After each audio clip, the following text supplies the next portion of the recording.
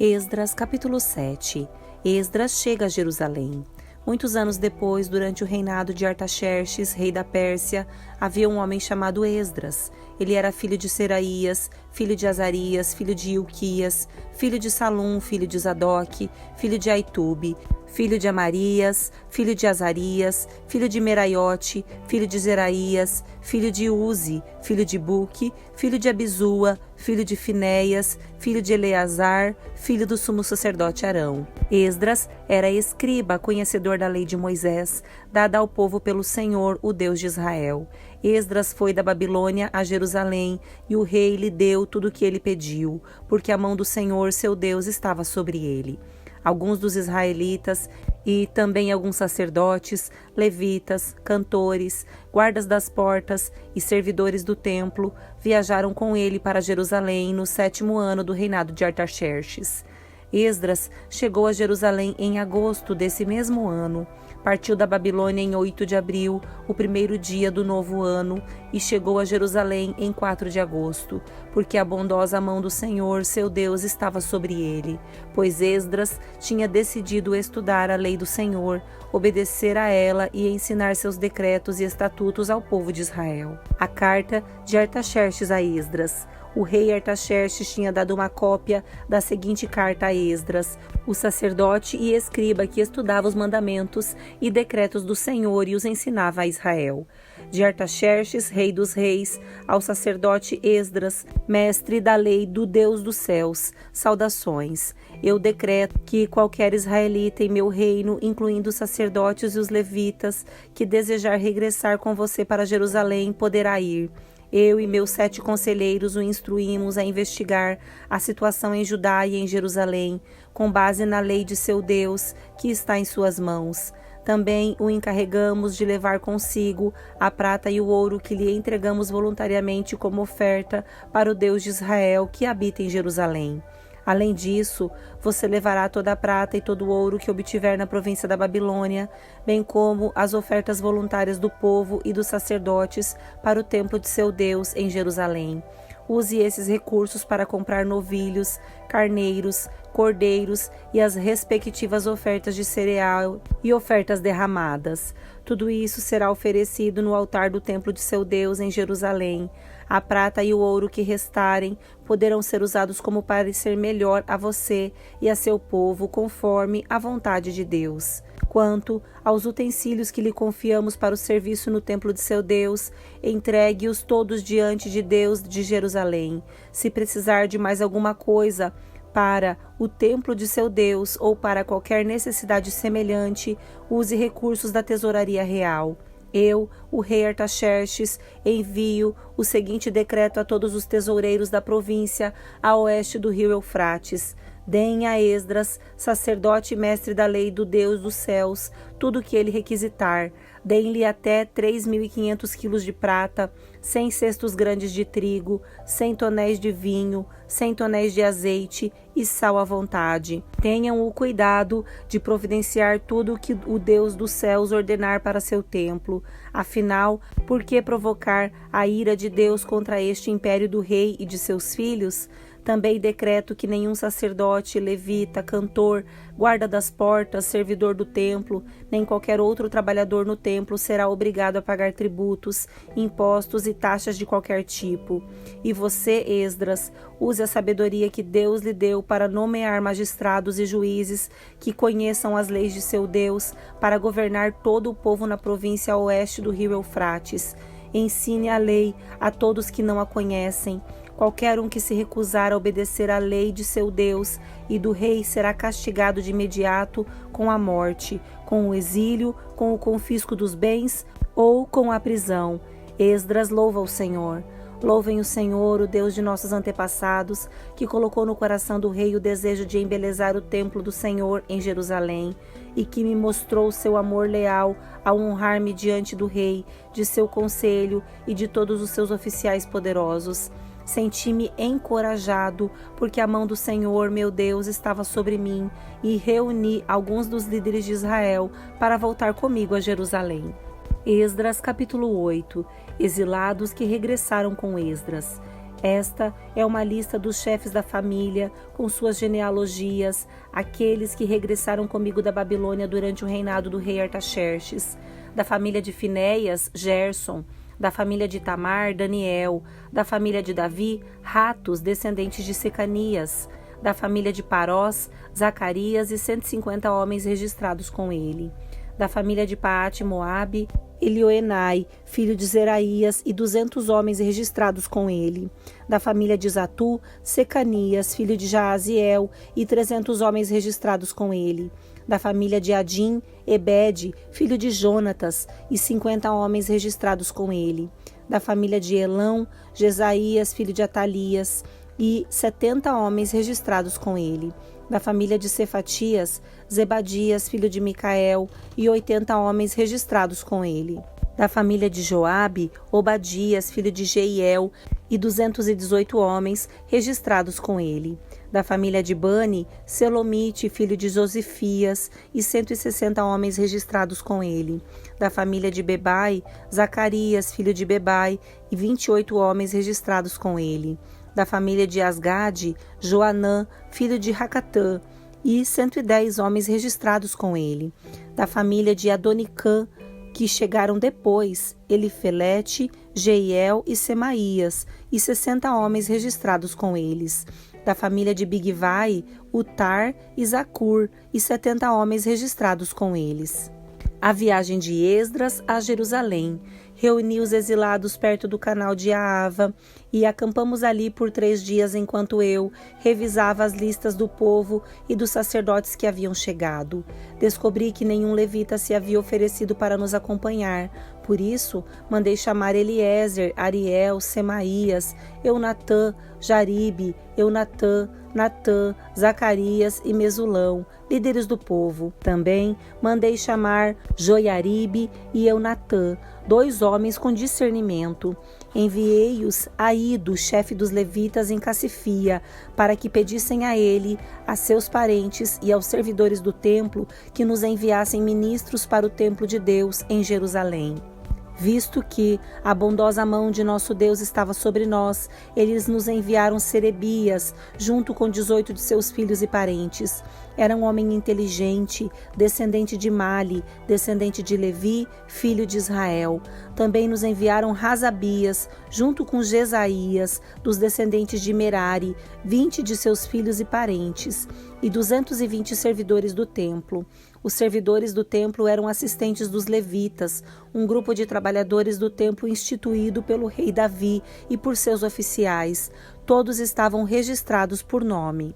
Ali, junto ao canal de Aava, ordenei que todos nós jejuássemos e nos humilhássemos diante de nosso Deus. Oramos para que ele nos proporcionasse uma viagem segura e nos protegesse, como também a nossos filhos e a nossos bens. Pois tive vergonha de pedir ao rei soldados e cavaleiros para nos acompanhar e nos proteger de inimigos ao longo do caminho. Afinal, tínhamos dito ao rei: a bondosa mão do nosso Deus está sobre todos que o adoram, mas seu poder e sua ira estão contra todos que o abandonam. Assim jejuamos e pedimos com fervor que nosso Deus cuidasse de nós, e ele atendeu a nossa oração. Nomeei 12 chefes dos sacerdotes, Serebias, Razabias e outros 10 sacerdotes, para ficarem encarregados do transporte da prata, do ouro e dos outros objetos que o rei, seu conselho, seus oficiais e todo o povo de Israel haviam doado para o templo de Deus. Pesei o tesouro ao entregá-lo e seu total era 22.750 quilos de prata, 3.500 quilos de utensílios de prata, 3.500 quilos de ouro, 20 tigelas de ouro, cada uma pesando 8,6 quilos, 2 utensílios finos de bronze polido, tão valiosos como o ouro. Eu disse aos sacerdotes: vocês e esses tesouros foram consagrados ao Senhor. A prata e o ouro são ofertas voluntárias ao Senhor, o Deus de nossos antepassados. Guardem bem esses tesouros até que os apresentem aos líderes dos sacerdotes, aos levitas e aos chefes de famílias de Israel. que os pesarão no depósito do templo do Senhor em Jerusalém. Os sacerdotes e os levitas aceitaram a responsabilidade de transportar esses tesouros de prata e de ouro até o templo de nosso Deus em Jerusalém. Levantamos acampamento junto ao canal de Aava no dia 19 de abril e partimos para Jerusalém. E a mão de nosso Deus nos protegeu e nos guardou de inimigos e bandidos ao longo do caminho. Assim, chegamos em segurança a Jerusalém, onde descansamos por 3 dias. No 4º dia depois de nossa chegada, a prata, o ouro e os utensílios valiosos foram pesados no templo de nosso Deus e entregues a Meremote, filho do sacerdote Urias. Estavam com ele Eleazar, filho de Finéias, e os levitas Josabade, filho de Jesua, e Noadias, filho de Binui. Pesaram e contaram tudo, e o peso total foi registrado oficialmente. Os exilados, que haviam regressado do cativeiro, ofereceram holocaustos ao Deus de Israel. Apresentaram 12 touros por todo o povo de Israel, 96 carneiros e 77 cordeiros. Também apresentaram 12 bodes como oferta pelo pecado. Tudo isso foi oferecido como holocausto ao Senhor. Os decretos do rei foram entregues aos oficiais que ocupavam os cargos mais elevados e aos governadores da província a oeste do rio Eufrates, que passaram a apoiar o povo e o templo de Deus. Esdras, capítulo 9. A oração de Esdras a respeito dos casamentos mistos. Depois que essas coisas foram feitas, os líderes judeus vieram e me disseram: muitos israelitas e até mesmo alguns sacerdotes e levitas não se mantiveram separados dos outros povos que habitam nesta terra. Adotaram as práticas detestáveis dos cananeus, dos hititas, dos ferezeus, dos jebuseus, dos amonitas, dos moabitas, dos egípcios e dos amorreus. Os homens de Israel se casaram com mulheres desses povos e as tomaram como esposas para seus filhos. A descendência santa se contaminou por meio desses casamentos mistos e, pior ainda, os líderes e os oficiais foram os primeiros a cometer essa infidelidade. Quando ouvi isso, rasguei minha túnica e meu manto, arranquei cabelos da cabeça e da barba e me sentei, absolutamente pasmo. Então, todos que tremiam diante das palavras do Deus de Israel vieram e sentaram-se comigo por causa dessa infidelidade cometida pelos exilados que haviam regressado, e fiquei sentado ali, atônito, até o sacrifício da tarde. Na hora do sacrifício, levantei-me de onde havia sentado em lamentação, com as roupas rasgadas, caí de joelhos, ergui as mãos ao Senhor, meu Deus, e orei. Ó meu Deus, estou profundamente humilhado e tenho vergonha de levantar meu rosto para ti, pois nossos pecados se elevam acima de nossa cabeça e nossa culpa chegou até os céus. Desde os dias de nossos antepassados até agora, temos vivido cheios de pecado. Por isso nós, nossos reis e nossos sacerdotes, fomos entregues nas mãos dos reis da terra. Fomos mortos, capturados, roubados e desprezados, como acontece hoje. Agora, porém, a graça do Senhor nosso Deus nos foi concedida por um breve momento. Ele permitiu que alguns de nós sobrevivêssemos como um remanescente e nos deu segurança neste lugar santo. Nosso Deus iluminou nossos olhos e nos concedeu um pouco de alívio de nossa escravidão. Éramos escravos, mas em seu amor leal, nosso Deus não nos abandonou na escravidão. Em vez disso, fez os reis da Pérsia nos tratarem com bondade. Ele renovou nossas forças para que construíssemos o templo de nosso Deus e restaurássemos suas ruínas. Deu-nos um muro de proteção em Judá e em Jerusalém. Agora, ó nosso Deus, o que podemos dizer depois de tudo isso? Pois, mais uma vez, abandonamos teus mandamentos. Tu nos advertiste por meio de teus servos, os profetas, quando eles disseram: a terra em que estão entrando está inteiramente contaminada pelas práticas detestáveis dos povos que nela habitam. Está cheia de corrupção, de uma extremidade à outra. Não permitam que suas filhas se casem com os filhos deles, nem tomem as filhas deles como esposas para seus filhos. Jamais promovam a paz e a prosperidade dessas nações. Se seguirem essas instruções, serão fortes, desfrutarão das coisas boas que a terra produz e deixarão essa prosperidade como herança para seus filhos para sempre. Tudo o que nos aconteceu é castigo de nossa maldade e de nossa grande culpa. Ainda assim, recebemos um castigo muito menor do que merecíamos, pois tu, nosso Deus, permitiste que alguns de nós sobrevivêssemos como um remanescente. E, no entanto, quebramos teus mandamentos outra vez e nos casamos com pessoas que praticam essas coisas detestáveis. Acaso tua ira não será suficiente para nos destruir, a ponto de não sobreviver nem mesmo este pequeno remanescente? Ó Senhor, Deus de Israel, tu és justo. Aqui estamos diante de ti com nossa culpa, um mero remanescente que escapou. Embora, por sermos culpados, nenhum de nós tenha o direito de estar em tua presença. Esdras, capítulo 10. O povo confessa seu pecado. Enquanto Esdras orava e fazia uma confissão, chorando e com o rosto no chão diante do templo de Deus, uma grande multidão de israelitas, homens, mulheres e crianças, se reuniu e chorou amargamente com ele. Então, Secanias, filho de Jeiel, descendente de Elão, disse a Esdras: Fomos infiéis a nosso Deus, pois nos casamos com mulheres estrangeiras dos povos dessa terra. Apesar disso, há esperança para Israel. Façamos agora uma aliança com nosso Deus, firmando que nos divorciaremos de nossas esposas estrangeiras e as mandaremos embora com seus filhos. Seguiremos seu conselho e o conselho dos outros que temem diante dos mandamentos de nosso Deus. Que tudo seja feito de acordo com a lei de Deus. Levante-se, pois é seu dever nos dizer como corrigir essa situação. Nós o apoiaremos, portanto, seja forte e faça o que tem de ser feito. Então, Esdras se levantou e exigiu que os líderes dos sacerdotes, os levitas e todo o povo de Israel jurassem que fariam o que Secanias tinha dito, e todos fizeram um juramento solene. Em seguida, Esdras se retirou de diante do templo de Deus e foi à sala de Joanã, filho de Eliasibe. Não bebeu nem comeu nada enquanto esteve ali, pois ainda lamentava a infidelidade dos exilados que haviam regressado. Depois disso, foi feita uma proclamação por todo Judá e Jerusalém, para que todos os que vieram do exílio se reunissem em Jerusalém. Aqueles que não viessem em 3 dias perderiam todas as suas propriedades e seriam expulsos da comunidade dos exilados, conforme a decisão dos líderes e das autoridades. Dentro de 3 dias, todo o povo de Judá e de Benjamim havia se reunido em Jerusalém. A reunião aconteceu no dia 19 de dezembro e todo o povo estava sentado na praça diante do templo de Deus. Tremiam por causa da seriedade do assunto e porque chovia.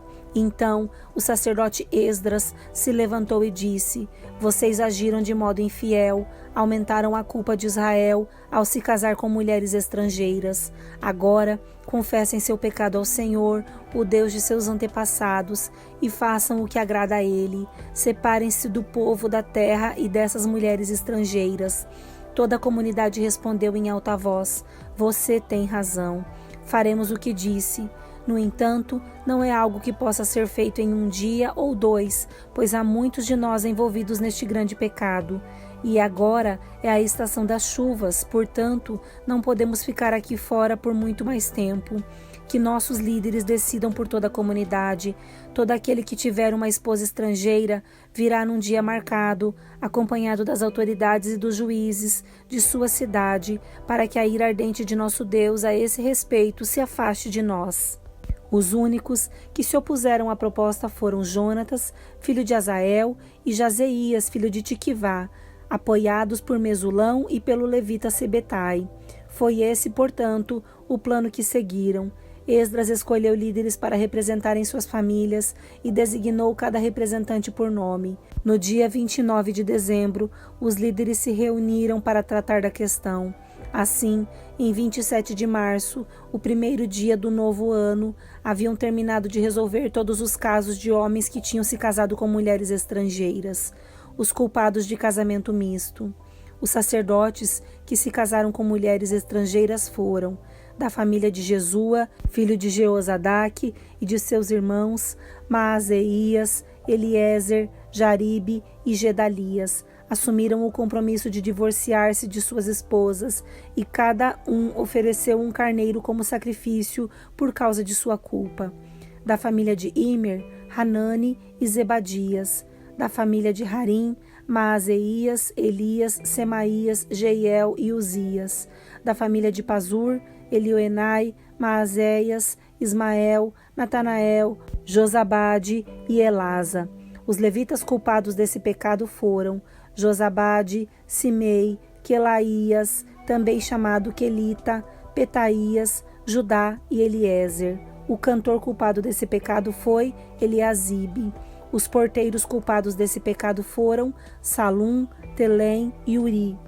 Os outros israelitas culpados desse pecado foram da família de Parós, Ramias, Gesias, Malquias, Miamim, Eleazar, Malquias e Benaia. Da família de Elão, Matanias, Zacarias, Jeiel, Abide, Jeremote e Elias. Da família de Zatu, Elioenai, Eliasibe, Matanias, Jeremote, Zabade e Aziza. Da família de Benai, Joanã, Hananias, Zabai e Atlai. Da família de Bani, Mesulão, Maluque, Adaías, Jazube, Seal e Jeremote. Da família de Paate Moabe, Adna, Quelau, Benaia, Maazeias, Matanias, Bezaleel, Binui e Manassés. Da família de Harim, Eliezer, Isias, Malquias, Semaías, Simeão, Benjamim, Maluque e Semarias. Da família de Razum, Matenai, Matatá, Zabade, Elifelete, Jeremai, Manassés e Simei.